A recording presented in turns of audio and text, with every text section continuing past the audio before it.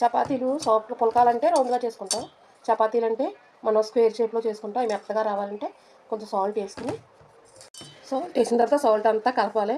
లేకపోతే అక్కడక్కడ సాల్ట్ లాగా ఉండిపోద్ది కదా. తర్వాత మెత్తగా రావాలి స్మూత్గా అంటే ఒక 2 స్పూన్లు ఆయిల్ వేసుకోండి. ఇందులో మనం పుల్కాలకి అయితే ఆయిల్ వేయకుండా చేసుకుంటాం. మనకు అప్పుడప్పుడు ఆయిల్ వేసుకుని తినాలనిపిస్తుంది కదా, అలాంటప్పుడు చేసుకోండి. ఈ ఆయిల్ ఏం చేయాలంటే ఒక చోటే కాకుండా ఇలా మొత్తం కలుపుకోండి. ఇలా నీట్గా మొత్తం అంతా కలుపుకోండి. మనం నెయ్యి వేసుకుని సున్నుండ పిండి ఎలా కలుపుకుంటామో ఇది కూడా అలా మొత్తం అంతా నూనె కలిసేలాగా చపాతీ కొండ కూడా నీట్గా కలుపుకోండి. తర్వాత వాటర్ వేసుకుని ముద్దలాగా నీళ్ళు కలుపుకుని వాటర్ వేసి ముద్దలా చేసుకుని ఒక 1/2 అవర్ మూతేసి ఉంచుకుంటే చపాతీ సాఫ్ట్గా పొరలుగా వస్తాయి నీట్గా. అరగంట తర్వాత ఇలా రౌండ్గా చుట్టేసుకుని కొంచెం పిండి అద్దుకుని